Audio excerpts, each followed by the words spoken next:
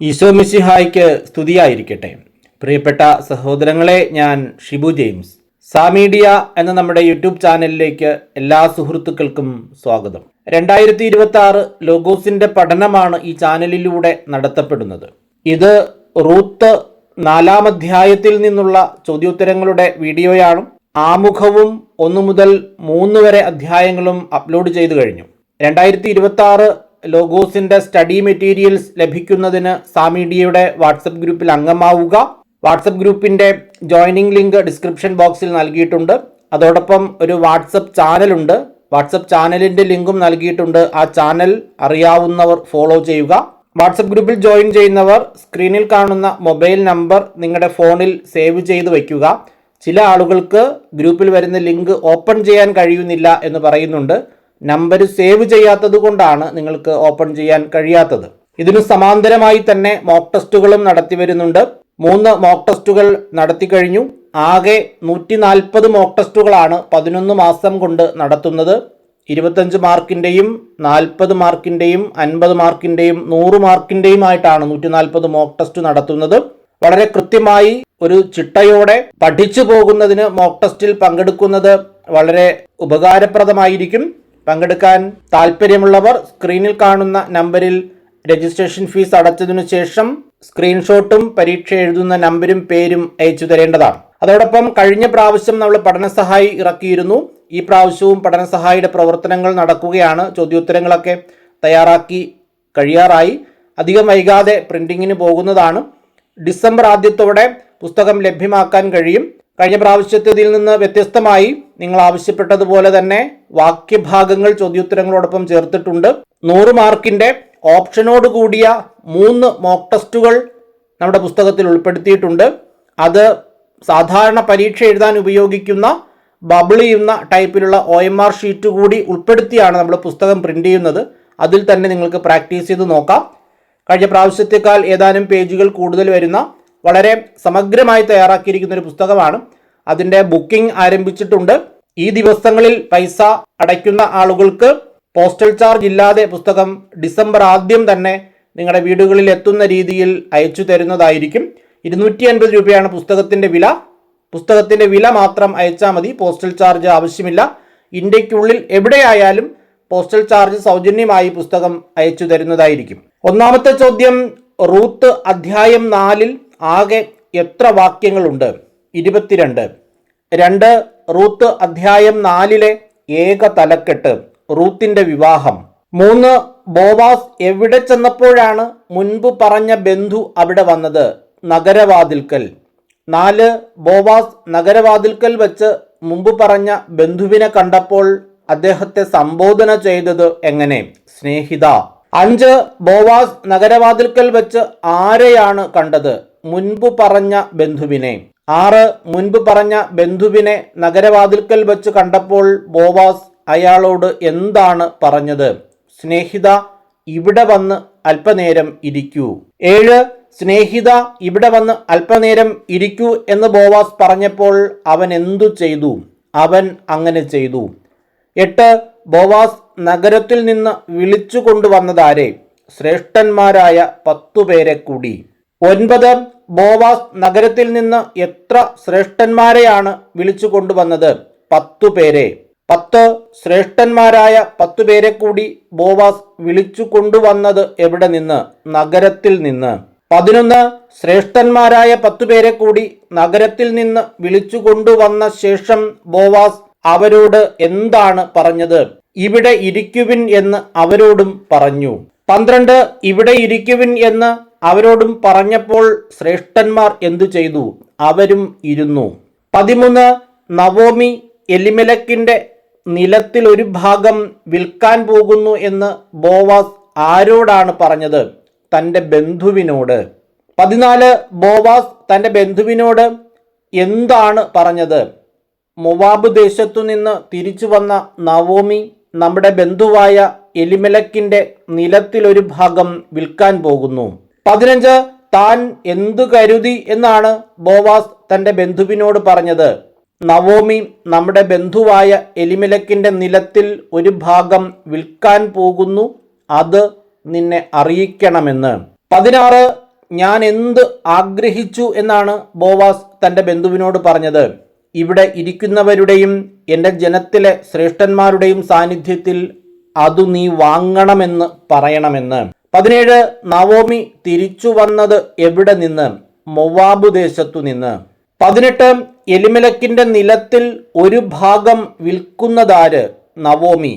19 Naomi വിൽക്കുന്ന നിലം നീ അത് വാങ്ങുക എന്ന് ആരുടെ സാന്നിധ്യത്തിൽ പറയണമെന്നാണ് ബോവാസ് ആഗ്രഹിച്ചത്?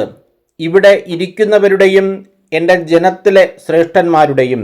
20 എന്തുണ്ടെങ്കിൽ നീ അത് വീണ്ടെടുക്കുക, മനസ്സുണ്ടെങ്കിൽ.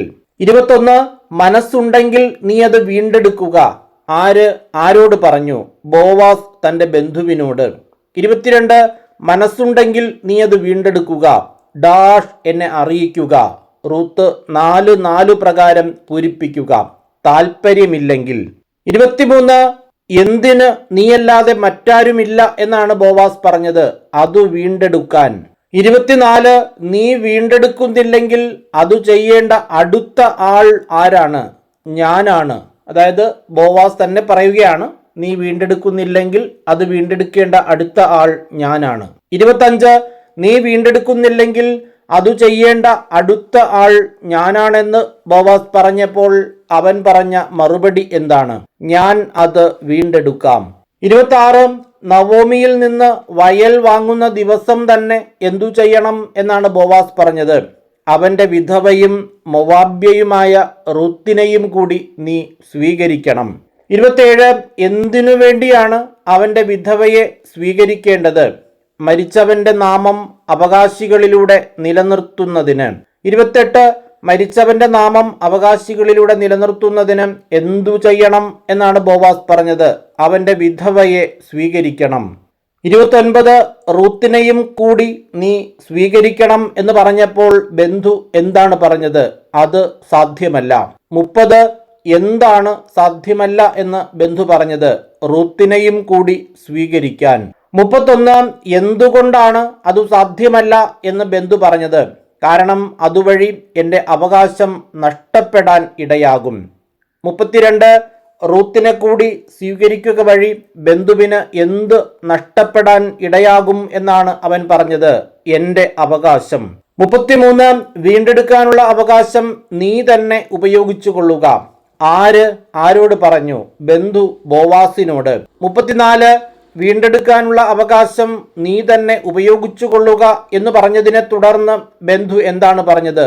എനിക്കത് സാധ്യമല്ല. ബന്ധു ഒരു തവണ അത് സാധ്യമല്ല എന്നും മറ്റൊരു തവണ എനിക്കതു സാധ്യമല്ല എന്നും പറയുന്നുണ്ട്. അതു സാധ്യമല്ല എന്ന് പറയുന്നത് 4-ാം അധ്യായത്തിന്റെ 6-ാം വാക്യത്തിലും എനിക്കതു സാധ്യമല്ല എന്ന് പറയുന്നത് 7-ാം വാക്യത്തിലുമാണ്. 35 എന്തെല്ലാം സംബന്ധിച്ചാണ് ഇസ്രായേലിൽ മുൻപ് നിയമം നിലവിലിരുന്നത്? വീണ്ടെടുപ്പും കൈമാറ്റവും സംബന്ധിച്ച്. 36 വീണ്ടെടുപ്പും കൈമാറ്റവും സംബന്ധിച്ച് ഇസ്രായേലിൽ മുൻപ് നിലവിലിരുന്ന നിയമം എന്താണ്? ഇടപാട് സ്വീകരിക്കുന്നതിനു വേണ്ടി ഒരാൾ തൻ്റെ ചെരിപ്പൂരി മറ്റേയാളെ ഏൽപ്പിക്കും. 37 ഇടപാട് സ്വീകരിക്കുന്നതിനു വേണ്ടി ഒരാൾ തൻ്റെ എന്താണ് ഊരി മറ്റേയാളെ ഏൽപ്പിക്കുന്നത്? ചെരുപ്പ്.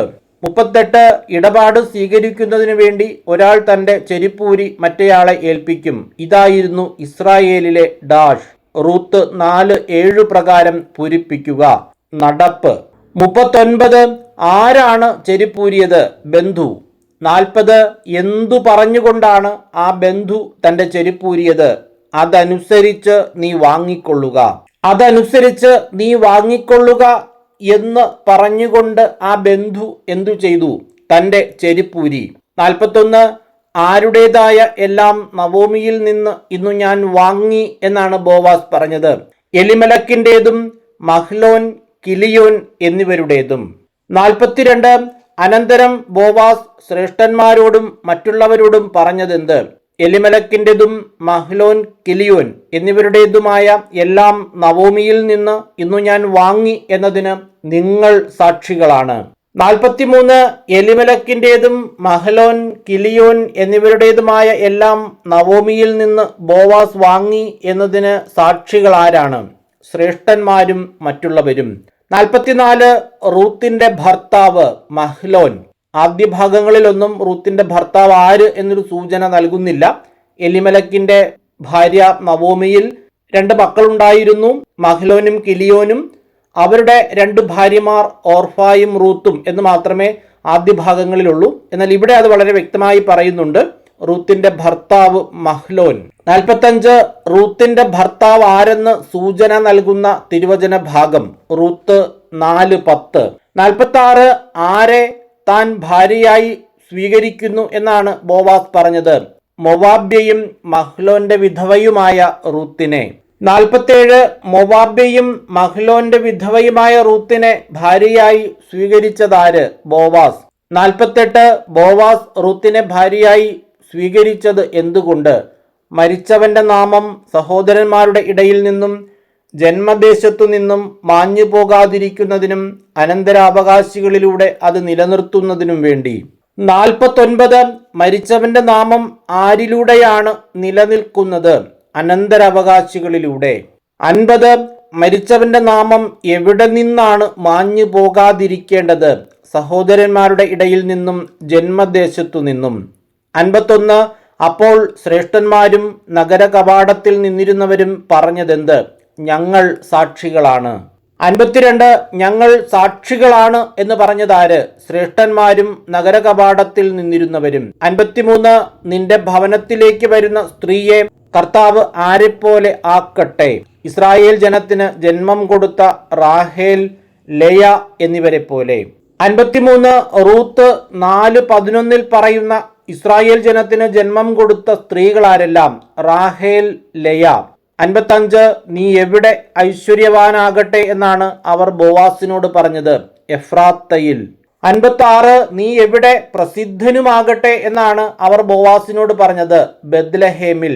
57 റൂത്ത് ആരെപ്പോലെ ആകട്ടെ എന്നാണ് അവർ ബോവാസിനോട് പറഞ്ഞത്? റാഹേൽ, ലെയ എന്നിവരെ പോലെ. 58 യൂദായ്ക്ക് താമാറിൽ ജനിച്ചതാര്? പേരസ്. ആരുടെ ഭവനം പോലെ ഈ യുവതിയിൽ കർത്താവ് നിനക്ക് തരുന്ന സന്താനങ്ങളിലൂടെ നിന്റെ ഭവനവും ആകട്ടെ. യൂദായ്ക്ക് താമാറിൽ ജനിച്ച പേരസിന്റെ ഭവനം പോലെ. 60 പേരസിന്റെ മാതാപിതാക്കൾ യൂദായും താമാറും. 61 ബോവാസ് റൂത്തിനെ സ്വീകരിച്ചു എന്ന് രേഖപ്പെടുത്തിയിരിക്കുന്ന തിരുവചന ഭാഗം റൂത്ത് 4:13. 62 അവൾ അവന്റെ ഭാര്യയായി. ആര് ആരുടെ? റൂത്ത് ബോവാസിന്റെ. 63 അവൾ അവന്റെ ഭാര്യയായി. അവൻ അവളെ ഡാഷ് റൂത്ത് 4:13 പ്രകാരം പൂരിപ്പിക്കുക പ്രാപിച്ചു. 64 ആരുടെ അനുഗ്രഹത്താൽ റൂത്ത് ഗർഭിണിയായി? കർത്താവിന്റെ. 65 കർത്താവിന്റെ അനുഗ്രഹത്താൽ അവൾ ഗർഭിണിയായി. ഒരു ഡാഷ് റൂത്ത് 4:13 പ്രകാരം പൂരിപ്പിക്കുക പുത്രനെ പ്രസവിച്ചു. 66 റൂത്ത് ഒരു പുത്രനെ പ്രസവിച്ചപ്പോൾ സ്ത്രീകൾ നവോമിയോട് പറഞ്ഞതെന്ത്? നിനക്ക് ഒരു പിന്തുടർച്ചാവകാശിയെ നൽകിയ കർത്താവ് വാഴ്ത്തപ്പെട്ടവനാകട്ടെ. 67 ആർക്ക് ഒരു പിന്തുടർച്ചാവകാശിയെ നൽകിയ കർത്താവ് വാഴ്ത്തപ്പെട്ടവനാകട്ടെ എന്നാണ് സ്ത്രീകൾ പറഞ്ഞത്? നവോമിക്ക്. 68 നവോമിക്ക് കർത്താവ് നൽകിയ അവകാശി ഇസ്രായേലിൽ എങ്ങനെ ആകട്ടെ എന്നാണ് സ്ത്രീകൾ ആശംസിച്ചത്? ഇസ്രായേലിൽ പ്രസിദ്ധി ആർജിക്കട്ടെ. 69 അവൻ നിനക്ക് ഡാഷ് പകരും റൂത്ത് 4:15 പ്രകാരം പൂരിപ്പിക്കുക നവജീവൻ. 70 അവൻ നിനക്ക് വാർദ്ധക്യത്തിൽ എന്തായിരിക്കും? താങ്ങായിരിക്കും. ഇവിടെ അവൻ എന്ന് പറയുന്നത് നവോമിയുടെ ചെറുമകന്റെ കാര്യമാണ്. ബോവാസിന് റൂത്തിലുണ്ടായ മകന്റെ കാര്യം. 71 അവൻ നിനക്ക് വാർദ്ധക്യത്തിൽ താങ്ങായിരിക്കും. ആര് ആരോട് പറഞ്ഞു? സ്ത്രീകൾ നവോമിയോട്. 71 റൂത്ത് 4:15 സ്ത്രീകൾ നവോമിയോട് പറയുന്ന റൂത്തിന്റെ വിശേഷണങ്ങൾ എന്തെല്ലാം? നിന്നെ സ്നേഹിക്കുന്നവളും 7 പുത്രന്മാരെക്കാൾ വിലപ്പെട്ടവളും. റൂത്തിനെ കുറിച്ച് പറഞ്ഞിരിക്കുന്ന വിശേഷണമാണിത്. 72 നിന്നെ സ്നേഹിക്കുന്നവളും 7 പുത്രന്മാരെക്കാൾ വിലപ്പെട്ടവളുമായ നിന്റെ ഡാഷ് അവനെ പ്രസവിച്ചത് റൂത്ത് 4:15 പ്രകാരം പൂരിപ്പിക്കുക മരുമകളാണ്. 73 ആര് ശിശുവിനെ മാറോടണച്ചു? നവോമി. 74 നവോമി ശിശുവിനെ എന്തെല്ലാം ചെയ്തു എന്നാണ് റൂത്ത് 4:16 പറയുന്നത്? മാറോടണച്ചു, പരിചരിച്ചു. 75 നവോമി ശിശുവിനെ മാറോടണച്ചു എന്ന് പറഞ്ഞതിനെ തുടർന്ന് പറഞ്ഞിരിക്കുന്നത് എന്ത്? അവൾ അവനെ പരിചരിച്ചു. 76 റൂത്തിന്റെ പുത്രന് പേരിട്ടതാര്? അയൽക്കാരായ സ്ത്രീകൾ. 77 അയൽക്കാരായ സ്ത്രീകൾ നവോമിക്ക് ഒരു പുത്രൻ ജനിച്ചു എന്നു പറഞ്ഞ് അവന് എന്തു പേരിട്ടു? ഓബദ്. 78 ഓബദ് ആരുടെ പിതാവാണ്? ജസ്സയുടെ. 79 ദാവീദിന്റെ പിതാവാര്? ജസ്സെ. 80 ജസ്സയുടെ പുത്രൻ ദാവീദ്. 81 ഓബദിന്റെ പുത്രൻ ജസ്സെ. 82 ആരുടെ പിന്തലമുറക്കാരെ കുറിച്ചാണ് റൂത്ത് അധ്യായം 4 പറയുന്നത്? പേരസിന്റെ. ഇനിയുള്ള ചോദ്യങ്ങൾ ഒരു വംശാവലിയാണ് പറയുന്നത്. അത് പഠിക്കാൻ അത്ര എളുപ്പമല്ല. അവിടെ നിങ്ങൾക്ക് ചെയ്യാൻ കഴിയുന്നത് റൂത്ത് 4 അധ്യായത്തിന്റെ 18 മുതൽ 22 വരെയുള്ള വാക്യങ്ങൾ, 5 വാക്യമേ ഉള്ളൂ. ആ വാക്യം ക്രമമായി പഠിച്ചു വച്ചാൽ ഇതെങ്ങനെ ചോദിച്ചാലും നിങ്ങൾക്ക് എഴുതാൻ കഴിയും. അതിങ്ങനെയാണ് നമ്മൾ ഓർത്തു വെക്കേണ്ടത്. ആദ്യം പറയുന്നയാളുടെ പുത്രനാണ് രണ്ടാമത് പറഞ്ഞിരിക്കുന്നയാൾ. അതായത് ഹെബ്രോൺ രാമിന്റെ പിതാവാണ്. അപ്പോൾ ഹെബ്രോൺ ആണ് പിതാവ്, രാം ആണ് പുത്രൻ. ആ ഒരു ക്രമത്തിൽ പഠിച്ചു വെക്കുക. ഞാനിവിടെ പറഞ്ഞു പോകുമ്പോൾ ചോദ്യം തയ്യാറാക്കിയതിൽ തന്നെ ഞാൻ വായിക്കുമ്പോഴോ പിതാവ് പുത്രൻ ബന്ധം അങ്ങോട്ടും ഇങ്ങോട്ടും മാറിപ്പോവുകയോ തെറ്റിപ്പോവുകയോ ചെയ്യുന്നുവെങ്കിൽ നിങ്ങളത് കൃത്യമായി കമന്റ് ചെയ്യുക. അടുത്ത വീഡിയോകളിൽ നമ്മളത് കറക്റ്റ് ചെയ്ത് പറയുന്നതായിരിക്കും. പരമാവധി തെറ്റുവരാതെ ശ്രദ്ധിച്ചാണ് ക്വസ്റ്റ്യൻ തയ്യാറാക്കിയിരിക്കുന്നത്. 82 ഹെബ്രോന്റെ പിതാവാര്? പേരസ്. 83 പേരസിന്റെ പുത്രൻ ഹെബ്രോൺ. 84 രാമിന്റെ പിതാവാര്? ഹെബ്രോൺ. 85 ഹെബ്രോന്റെ പുത്രൻ രാം. 86 അമിനാദാബിന്റെ പുത്രൻ ആര്? രാം. 87 രാമിന്റെ പുത്രൻ അമിനാദാബ്. 88 നഹ്ഷോന്റെ പിതാവ് അമിനാദാബ്. 89 അമിനാദാബിന്റെ പുത്രൻ നഹ്ഷോൻ. 90 സൽമോന്റെ പിതാവ് നഹ്ഷോൻ. 91 നഹ്ഷോന്റെ പുത്രൻ സൽമോൻ. 92 ബോവാസിന്റെ പിതാവ് സൽമോൻ. 93 സൽമോന്റെ പുത്രൻ ബോവാസ്. 94 ഓബദിന്റെ പിതാവ് ബോവാസ്. 95 ബോവാസിന്റെ പുത്രൻ ഓബദ്. 96 ജസ്സയുടെ പിതാവ് ഓബദ്. 97 ഓബദിന്റെ പുത്രൻ ജസ്സെ. 98 ദാവീദിന്റെ പിതാവ് ജസ്സെ. 99 ജസ്സയുടെ പുത്രൻ ദാവീദ്. 100 യേശുവിന്റെ വംശാവലിയിൽ ഉൾപ്പെട്ട മോവാബ്യ സ്ത്രീ റൂത്ത്. ഇങ്ങനെ 100 ചോദ്യങ്ങളാണ് റൂത്ത് അധ്യായം 4 നിന്ന് തയ്യാറാക്കിയിട്ടുള്ളത്. റൂത്ത് 4 അധ്യായത്തിന്റെ മോക്ക് ടെസ്റ്റ് 17 തീയതിയാണ്. ഇന്നലെ 3 അധ്യായത്തിന്റെ മോക്ക് ടെസ്റ്റ് നടത്തി. ഓരോ 3 ദിവസം കൂടുമ്പോഴുമാണ് മോക്ക് ടെസ്റ്റ് നടത്തുന്നത്. 2 ദിവസത്തിനുള്ളിൽ തന്നെ 1 സാമുവേൽ ആമുഖവും 1 അധ്യായവും വീഡിയോ അപ്ലോഡ് ചെയ്യുന്നതായിരിക്കും. ഈ ക്രമത്തിൽ തന്നെയാണ് നമ്മൾ പഠിച്ചു പോകാൻ ഉദ്ദേശിക്കുന്നത്. എല്ലാവരും നന്നായി പഠിക്കുക, വചനം പഠിക്കുക എന്നുള്ളതാണ് നമ്മുടെ പരമമായ ലക്ഷ്യം. നിരന്തരം ബൈബിൾ വായിക്കുന്നതിലൂടെ നമ്മുടെ ധാരാളം നിയോഗങ്ങൾ, നമ്മുടെ പ്രാർത്ഥനകൾ, ദൈവത്തിൻ്റെ സന്നിധിയിൽ നമ്മൾ സമർപ്പിച്ചിട്ടുള്ള ആവശ്യങ്ങളൊക്കെ നിറവേറി കിട്ടുന്നുണ്ട്. ധാരാളം പേര് അവരുടെ നിയോഗങ്ങൾക്ക് ദൈവം വചന വായനയിലൂടെ നൽകിയ മറുപടി മെസ്സേജൊക്കെ ഇടുന്നുണ്ട്. അത്തരം അനുഭവങ്ങൾ നിങ്ങൾക്കുണ്ടെങ്കിൽ നിങ്ങൾക്കത് കമൻറ്റ് ചെയ്യുകയോ മെസ്സേജ് ചെയ്യുകയോ ഒക്കെ ചെയ്യാം. അത് മറ്റുള്ളവർക്ക് കൂടുതൽ അനുഗ്രഹവും അവർക്കൊരു വചനം പഠിക്കുന്നതിന് പ്രചോദനവും ഒക്കെ ആയിത്തീരും. എൻ്റെ എല്ലാ ഉദ്യമങ്ങൾക്ക് വേണ്ടിയും നിങ്ങൾ പ്രാർത്ഥിക്കുക. നിങ്ങളെയും ഞാൻ എൻ്റെ പ്രാർത്ഥനകളിൽ ഓർക്കുന്നുണ്ട്. എല്ലാവർക്കും എല്ലാവിധമായ നന്മകളും അനുഗ്രഹങ്ങളും ഉണ്ടാകട്ടെ എന്ന് ആശംസിച്ചുകൊണ്ട് പ്രാർത്ഥിച്ചുകൊണ്ട് നിർത്തുന്നു. നന്ദി.